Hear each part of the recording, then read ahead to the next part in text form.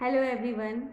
Today we discuss about aphorism number 8। इससे पहले हमने एफोर्जम नंबर 7 पढ़ा। उसमें हैनीमैन सर ने कैसे बताया कि हम एक पोर्ट्रेट ऑफ डिजीज़ तैयार करेंगे, सारे साइन एंड सिम्टम्स जो है पेशेंट के लेकर के, और उसके बाद उन साइन एंड सिम्टम्स को ही हटाना मेन हमारा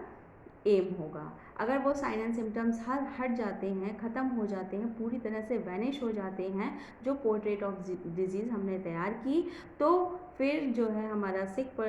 जो पर्सन है वो किस में कन्वर्ट हो जाता है, वो हेल्थ में कन्वर्ट हो जाता है। इसी बात को हैनीमैन सर आगे एफोर्जम नंबर 8 में थोड़ा और जोर दे करके कहते हैं कि it is not conceivable, nor it can be proved by any experience in the world that after removal of all symptoms of the disease and of the entire collection of perceptible phenomena, there should or could remain anything else beside health, or that the morbid alteration in the interior could remain uneradicated. Hahnemann sir इसी पर जोर देते हैं कि अगर हम सारे sign and symptoms किसी सिक पर्सन में से मेडिसिन के थ्रू उसको एकदम से मिनिमम मेडिसिन दे करके ख़त्म कर देते हैं, तो पेशेंट हमारा या सिक पर्सन जो है वो किस में कन्वर्ट हो जाता है, वो हेल्थ में कन्वर्ट हो जाता है, और उसमें फिर हटाने के लिए और कुछ भी नहीं बचता है। और ये सिर्फ और सिर्फ हम किसके थ्रू प्रूव कर सकते हैं, अपने एक्सपीरियंसेस के थ्रू प्रूव कर सकते हैं, और जो पेशेंट है उसके एक्सपीरियंस के थ्रू प्रूव कर सकते हैं। आज तक कोई इस तरह की अभी मशीन नहीं बनी है, या हम अंदर कोई किसी भी चीज़ की उसमें मतलब जांच करके हम नहीं बता सकते हैं कि वो जो है हेल्थ में कन्वर्ट हो गया है, क्योंकि इसको सिर्फ और सिर्फ फील किया जा सकता है। हेल्दी कंडीशन को सिर्फ और सिर्फ फील किया जा सकता है एक फिजिशियन या ऑब्जर्वर के द्वारा, और एक सिक पर्सन जो वो खुद अपने आप में जो है आपको बताएगा कि मैं अब ठीक हो गया हूँ, मेरे अंदर अब कुछ भी नहीं बचा है, और किसी भी तरह से इसको प्रूव नहीं किया जा सकता है सिवाय फिजिशियन और सिक के द्वारा ही प्रूव किया जा सकता है। और इसी बात को यहाँ पर ये जोड़ देते हैं, क्योंकि जो ओल्ड स्कूल या कहते हैं एलोपैथ जो होते हैं, जितने भी ओल्ड स्कूल्स का जो सिस्टम है उसमें कहते हैं कि क्या अंदर ऐसा छुपा हुआ है जिसको वो ढूंढने की कोशिश करते हैं और हटाने की कोशिश करते हैं, जबकि ये साइन एंड सिम्टम ही होते हैं जो पेशेंट के अगर हट जाएं तो वो एकदम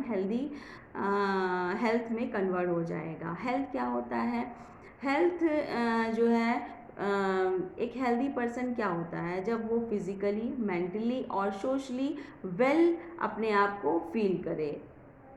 वेल बीइंग हो, तो उसे हम बोलते हैं हेल्दी ह्यूमन बीइंग। तो यहाँ पर एक सिख ही जो पर्सन है वो खुद ही बता सकता है, अगर वो मेंटल लेवल पर एकदम ठीक है, फिज़िकल लेवल पर बिल्कुल ठीक है, और उसके सोशल लेवल पर भी वो बहुत सही है, ठीक है, बिल्कुल हेल्दी है,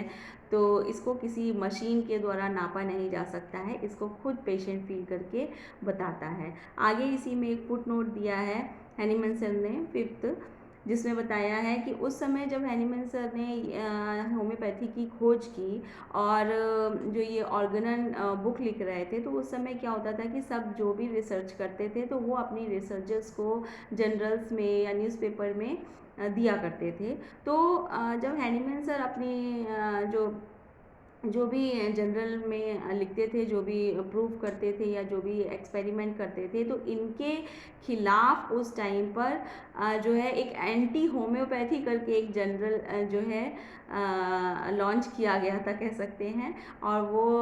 जो है वहाँ उस टाइम के बहुत बड़े एक डॉक्टर थे हुफलैंड, उन्होंने कर रखा था। और वो जब भी कोई हैनीमैन सर कुछ लिखते थे तो उसके एंटी में ज़रूर लिखते थे। तो उस टाइम पर जो है उन्होंने ऐसा लिखा था कि आगे हैनीमैन सर में फुट नोट में इसका मेंशन किया है कि homoeopathy can remove the symptom but the disease remains. Hufeland ने कहा कि होम्योपैथी सिम्टम्स को तो ठीक कर देती है, लेकिन क्या होता है फिर भी डिजीज़ उसके अंदर कहीं ना कहीं जो है बची रह जाती है। तो उसी के एवज में ये हैनीमैन सर ने जो है एफॉर्जम का फुटनोट दिया है और इसमें आगे बताते हैं कि when a patient has been cured of his disease by a true physician in such a manner that no trace of disease, no morbid symptoms remains, and all the sign of health are permanently returned, how can anyone without offering an insult to common sense affirm to such an individual the whole bodily diseases still remains in the interior. Hahnemann sir कहते हैं कि अगर एक true physician यानी कि homeopathy के द्वारा अगर हम